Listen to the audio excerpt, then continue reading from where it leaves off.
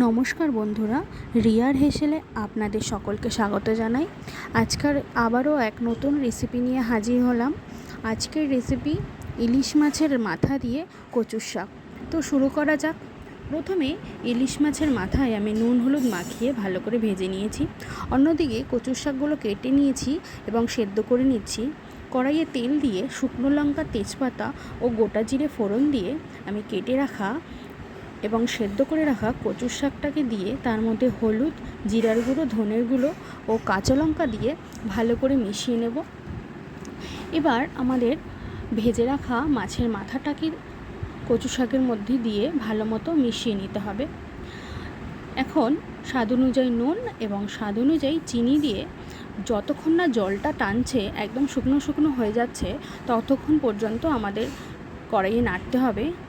আমাদের কচুর শাকটা সম্পূর্ণভাবে রেডি হয়ে গেছে। খুবই সহজ রেসিপি, আপনারা সহজেই বানাতে পারবেন।